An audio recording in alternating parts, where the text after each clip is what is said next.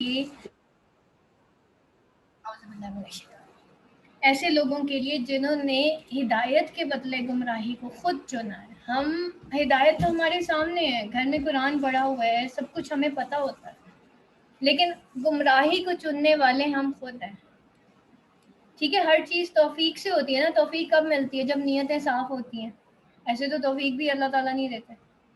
ٹھیک ہے، اور ہدایت سب کو تھوڑی ملتی ہے. ہدایت تو بہت ہی پریشیس چیز ہے. رزق تو اللہ تعالیٰ سب کو دے دیتا ہے. دولت تو اللہ نے فرعون کو بھی دی تھی، اسٹیٹس تو اس کو بھی تھا، اس کے پاس بھی تھا.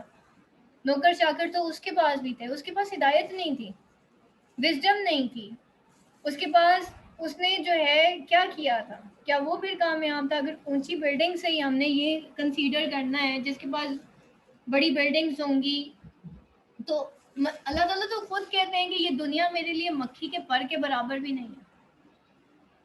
اگر پر کے برابر بھی ہوتی نا، تب بھی ہم سے یہ دنیا چھین جانی تھی، بہت جلدی عذاب آ جانا تھا. اللہ تعالیٰ کہتے ہیں اس کے پر کے برابر بھی نہیں ہے. اب آپ دیکھیں نا، ہمارے گھر میں ایک چیز ہے خراب ہو رہی ہے. ہمارے لان میں بہت سارے ٹماٹر لگے ہیں، ٹھیک ہے، اب وہ اتر تو گئے ہیں، لیکن گھر میں کنزمپشن کتنی ہے؟ 2 ٹماٹروں کی. باقی سارے ٹماٹر گل سڑ رہے ہیں. اب میں کیا کروں گی؟ میں اپنے بچے کو کہوں گی بیٹا یہ ٹوکری لے کے جاؤ، باہر سے جو بندہ گزرے نا بس اس کو دیتے جاؤ دیتے جاؤ دیتے جاؤ. اللہ تعالیٰ بھی ایسی دنیا جو ہے، بندوں کو، ہر بندے کو دنیا ملتی ہے.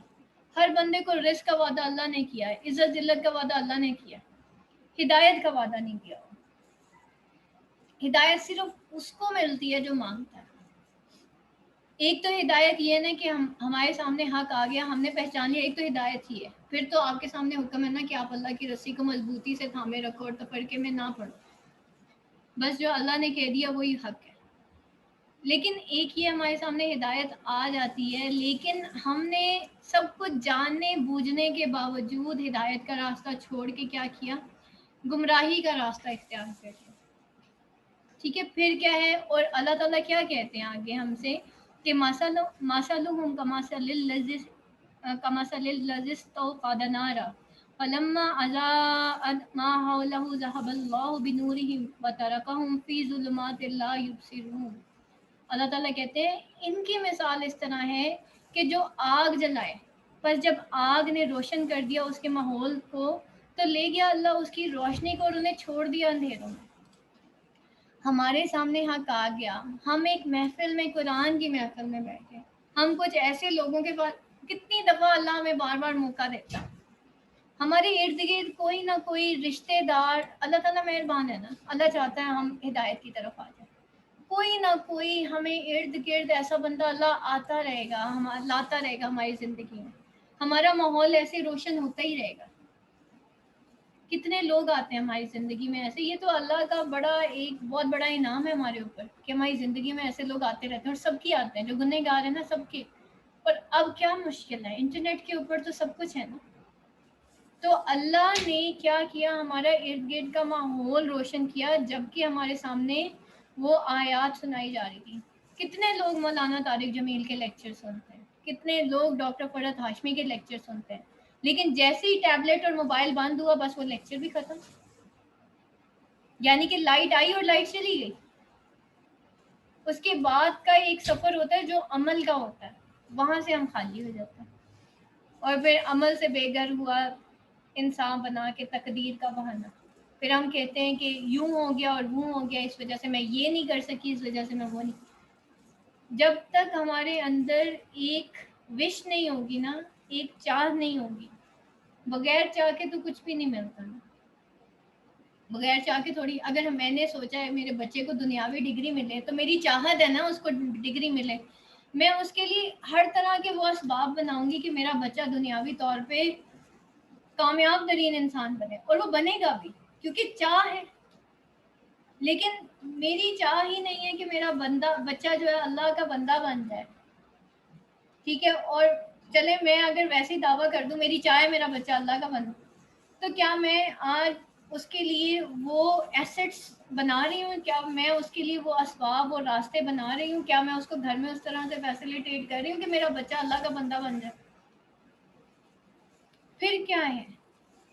تو ہمارے لیے پھر کیا رہ جاتا ہے؟ یہ تو آج تو بہت کھلی مثال ہے نا ہمارے لیے کہ ہمارے سامنے کتنے لیکچرز گزر جاتے ہیں. کتنی کورس گزرتی ہیں، کتنی آیات گزرتی ہیں فیس بک کے تھرو، واٹس ایپ کے تھرو، ہر طرح سے بہت سارے ایسے ہارٹ ٹچنگ لیکچرز ہوتے ہیں، کبھی مولانا طارق جمیل کے، کبھی جنید جمشید کے، کبھی سعید انور کے، کبھی ڈاکٹر فرد ہاشمی کے.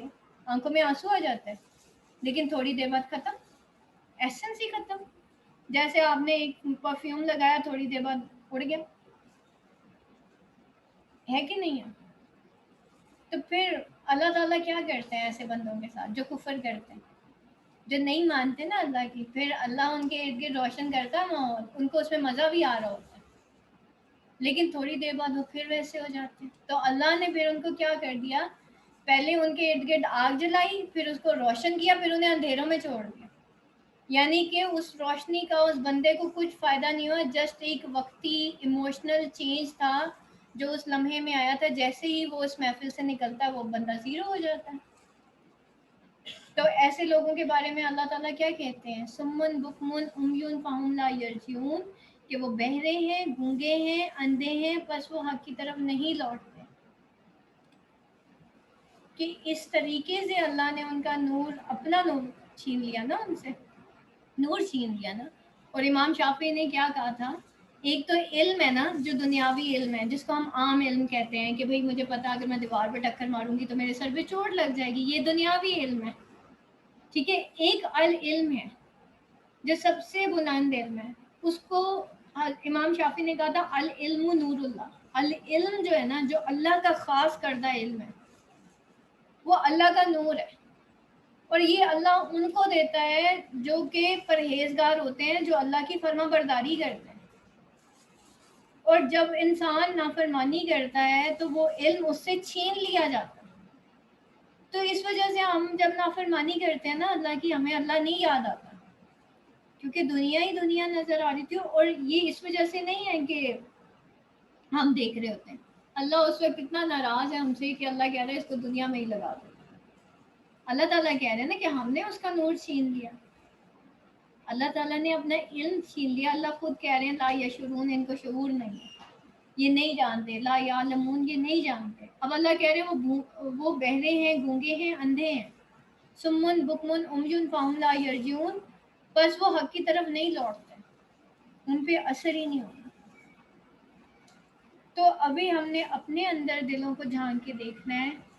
میں نے اپنے اندر، ٹھیک ہے، آپ سب نے اپنے اپنے اندر، یہ میں نے کسی کو بھی ٹارگٹ نہیں کیا، ٹھیک ہے، یہ ساری ہم نے خود دیکھنا ہے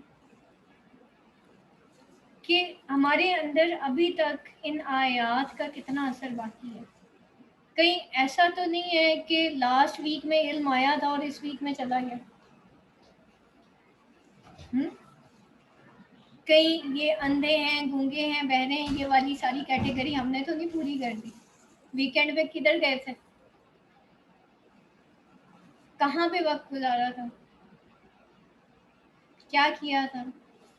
یہ ساری چیزیں اب ہم نے دیکھنی ہے. ٹھیک ہے، چلیے جناب اب ذرا سبق سنا دیں آپ ساروں کا.